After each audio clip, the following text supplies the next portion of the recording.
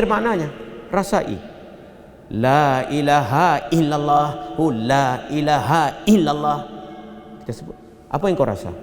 Maka sentiasa dia akan jawab, kalimat yang rangkap yang awal itu la ilah itu agak ringan sikitlah. Illallah itu beratlah. Itu manusia yang tidak tahu apa makna la ilaha illallah itu. Baik, itu pun kurang puas lagi. Kita pergi pada alat-alat moden sekarang ini yang dapat menangkap frekuensi gelombang kalimat. Kita pergi baca kalimat itu.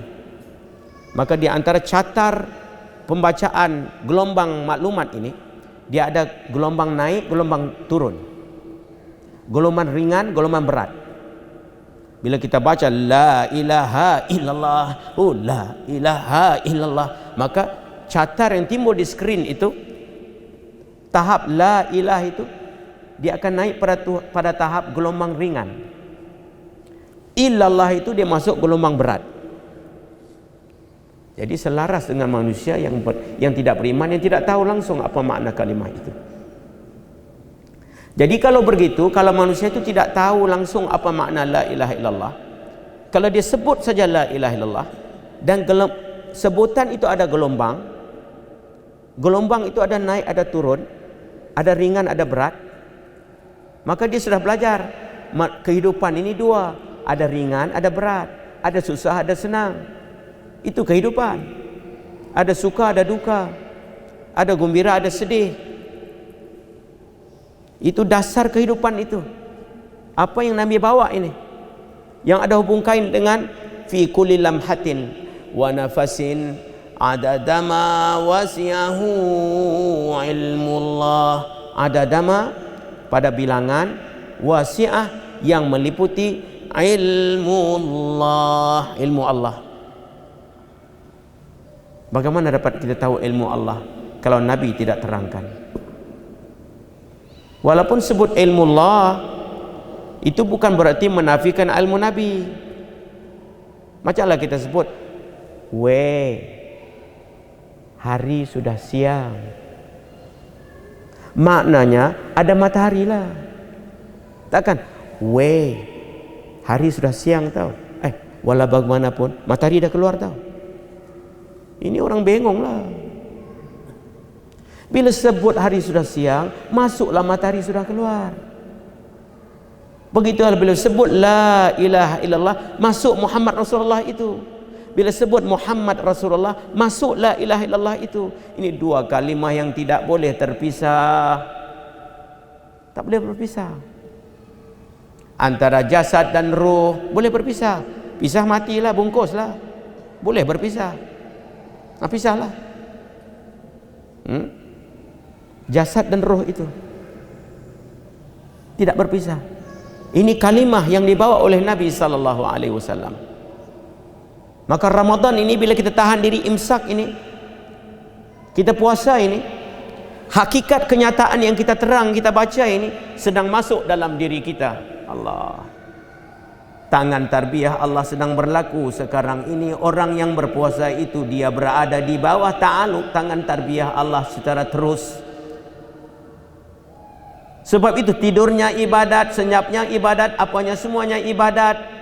Sebab amal puasa itu hubung terus dengan tangan tarbiyah Allah. Kita duduk senyap saja itu, sesuatu sedang berlaku ini. Sebab kita puas. Yang dia tahu, letihlah. Hari ini dahaga sikit lah. Semalam tak makan sahur pula, lagi lapar hari inilah. Jadi pikirannya berputar daripada sudut itu sahaja. Sebab ilmunya sekadar itu. Sebab itu pentingnya penerangan penjelasan. Pentingnya di samping puasa itu pentingnya penerangan penjelasan. Sebab itu syahrul Ramadan alladzi unzila fihil Quran. Syahrul Ramadan, Ramadan ini dikait dengan puasa. Syahrul Ramadan alladzi unzila fihil Quran. Turun padanya Al-Quran. Ini isyarat daripada baca, faham, ingat. Isyarat daripada menuntut ilmu. Isyarat daripada apa yang kita buat ini. Apa yang kita buat ini, penerangan tentang Al-Quran itu. Di samping puasa, penerangan tentang puasa itu, penerangan tentang apa itu puasa, penerangan apa itu amal. Mesti digabungkan. Seolah-olah isyarat puasa itu zikir, ilmu itu fikir. Jadi fikir, zikir, zikir, fikir mesti bergabung dua itu. Penerangan tentang apa itu puasa seolah jahri, puasa itu seolah sirri. So puasa ini sirri sebab orang tak nampak. Nampak dia beramal puasa, tak nampak kalau dia tak bagi tahu. Kita yang tahu semua sebab semua orang jam'iyah, sebab amal ijma', amal yang ijtima'i, ini amal yang menghimpunkan semua sekali. Ya, amal yang semua orang buat bersama-sama. Jadi pahamlah. Tapi kalau Isnin Khamis orang itu puasa, kalau dia tak bagi tahu, kita mungkin tak tahu. Sebab dia sirri tak nampak. Tapi bagi orang yang tahu dia nampak. Tahu itu menampakkan. Jadi tengok itu, orang puasa dia tak nampak. Kita nampak kalaulah satu orang puasa hari Isnin Khamis, kita tak tahu dia, kita tak kenal dia, dia puasa. Nampak puasanya? Nampak tak? Nampak orang berpuasa? Tak nampak lah. Tak nampak itu sirri. Tapi kalau kita dekat dengan dia, kita kenal dia, ya, dan kita memang tahu dia hari Isnin Khamis puasa, nampak tak dia puasa kalau kita lihat dia? Nampak tak? Nampak sebab nampak dengan ilmu. Itu beza orang tahu. La yastawi ashabun nar wa ashabul jannah wa ashabul jannati humul faizun. La yastawi ashabun nari wa ashabul jannah. Ashabul jannati humul faizun. La yastawi, tidak sama. Ashabun nar, ahli neraka itu, yakni orang yang tidak ada petunjuk, yakni orang tidak ada ilmu. Wa ashabul jannah, yakni orang yang ada petunjuk. Ashabul jannati humul faizun, orang yang ada petunjuk itu orang yang faiz, orang yang dapat kejayaan. Tidak samalah ilmu itu. Sebab itu puasa ini baca Al-Quran. Baca Al-Quran itu ilmu itu. Sebab itu disuruhkan baca Al-Quran. Sebab itu satu sudut imsak, tahan diri.